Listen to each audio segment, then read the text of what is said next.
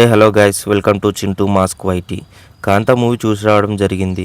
కాంతా movie చూసిన తర్వాత నా ఒపీనియన్, రీసెంట్గా వచ్చిన అతి తక్కువ సినిమాల్ని స్క్రీన్కి అతుక్కోపోయేటట్టు ఉంటాయి. అంటే నెక్స్ట్ ఏమవుతుంది అనే ఇంటెన్షన్ 100% ఆ లిస్ట్లో కాంతా మాత్రం 100% ఉంటుందని చెప్పుకోవాలి. సినిమా స్టార్ట్ అయిన నుంచి ఎండింగ్ వరకు నెక్స్ట్ ఏమవుతుంది ఇంటెన్షన్ మాత్రం 100% ఉంటుంది. When it's come to the matter of acting, Dulquer Salmaan 100% he deserved for national award. అసలు నెక్స్ట్ లెవెల్ యాక్టింగ్ చేసిందని చెప్పుకోవాలి. తర్వాత సముద్రకని ఆయన మాత్రం ఆయన పాత్రలో జీవించని చెప్పుకోవాలి. సర్ప్రైజింగ్లీ ఇక్కడ భాగ్యశ్రీ భోస్లే. యాక్చువల్లీ రీసెంట్గా వచ్చే ఏ సినిమాలో కూడా హీరోయిన్కి పెద్ద స్కోప్ అనేది ఉండదు. బట్ ఈ సినిమాలో భాగ్యశ్రీ మాత్రం మంచి క్యారెక్టర్ అయితే వచ్చింది. అండ్ ఆమె కూడా చాలా బాగా చేసింది ఈ క్యారెక్టర్లో. ఫస్ట్ హాఫ్ వరకే ఉంటుంది, బట్ ఉన్నంతసేపు అయితే ఎక్సలెంట్ వేసింది ఆ యాక్టింగ్ అయితే.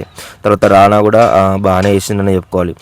బేసిక్గా ఈ సినిమా ప్లాట్ వచ్చేసరికి నీ రూట్స్ ఏంటి, నువ్వు ఎక్కడి నుంచి స్టార్ట్ అయినావు, నువ్వు ఎంత స్థాయికి అయినా సరే నువ్వు ఎక్కడి నుంచి స్టార్ట్ అయినావు అనేది మర్చిపోవద్దు. ఈ సినిమా యొక్క ప్లాట్ అండ్ మెయిన్ ఈగో చుట్టూ తిరిగే కథ ఇది. ఈగో వల్ల వచ్చే ప్రాబ్లమ్స్ ఏంది, ఒక మనిషికి ఈగో ఉంటే ఏమవుతుంది అనేది ఈ సినిమాలో మనకు కళ్ళకు గట్టినట్టు చూపించిందని చెప్పుకోవాలి. అండ్ పర్టికులర్గా ఈ సినిమా చూస్తున్నంతసేపు అయితే నాకు ఒక మిస్టరీ బుక్ చదివినట్టు అనిపించింది. ఎందుకంటారంటే ఈ మాట కంప్లీట్గా సినిమాలో ప్రేమ, కోపం, ద్వేషం ఒక సినిమా ఇండస్ట్రీలో ఒక డైరెక్టర్కి ఒక హీరోకి మధ్య ఉంటే దాని కాన్సిక్వెన్సెస్ ఏంటి, దానివల్ల వచ్చే ప్రాబ్లమ్స్ ఏంది అనేది ఈ సినిమాలో మనకు కళ్ళకు గట్టినట్టు చూపించిండు డైరెక్టర్. అండ్ ఈ సినిమాలో గురువుగా సముద్రకని గారు అండ్ శిష్యుడిగా దుల్కర్ సల్మాన్ గారు నటించారు.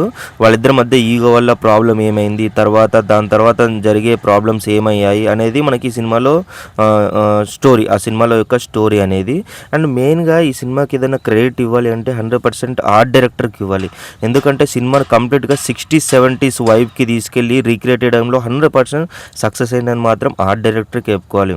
అసలు సినిమా చూస్తున్నంతసేపు ఒక రెట్రో వైబ్స్ ఎక్కడ కూడా మనకి ఏంటంటే అసలు మనకి ఆ రెట్రో వైబ్ నుంచి మనకు బయటకు వచ్చే సిచ్యువేషన్ అనేది ఉండదు. కంప్లీట్గా 90s, 60s, 70s వైబ్ తీసుకొచ్చారు ఈ సినిమాకి ఆర్ట్ డైరెక్టర్ గారు. అండ్ ఈ సినిమాలో అండ్ గురువుగా సముద్రకని గారు, శిష్యుడిగా అండ్ దుల్కర్ సల్మాన్ గారు ఇద్దరు నటించారు అని చెప్పారు కదా. వీళ్ళిద్దరి మధ్యలోకి హీరోయిన్ ఎలా వచ్చింది, భాగ్యశ్రీ భోస్లే ఎలా వచ్చింది, దాని తర్వాత ఏం జరిగింది అనేదే తెలుసుకోవాల్సిన సినిమా అనేది.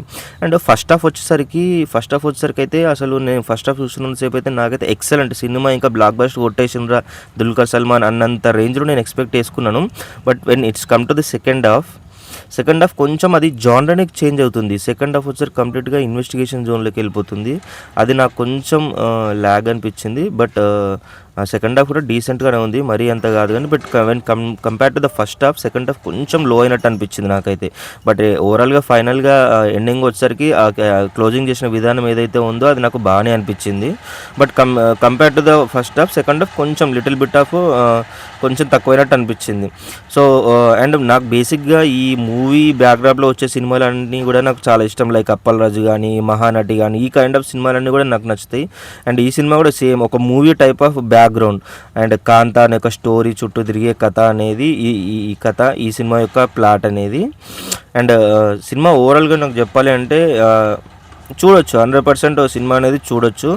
అండ్ ఈ సినిమా ఏంటంటే కంప్లీట్గా మిస్టరీ డ్రామా. ఎలా ఒక హీరోయిన్ అండ్ ఒక డైరెక్టర్ మధ్య జరిగే ఈగో క్లాషెస్ వల్ల మిస్టరీ డ్రామా ఎలా ఛేదించారు అని చెప్పేసి ఈ సినిమా యొక్క ప్లాట్. సినిమా చూడొచ్చా అంటే 100% చూడొచ్చు. సినిమా అయితే నాకు ఓవరాల్గా నచ్చింది. మీరు కూడా చూడండి థియేటర్లో. And channel please like and subscribe, please support. Thank you.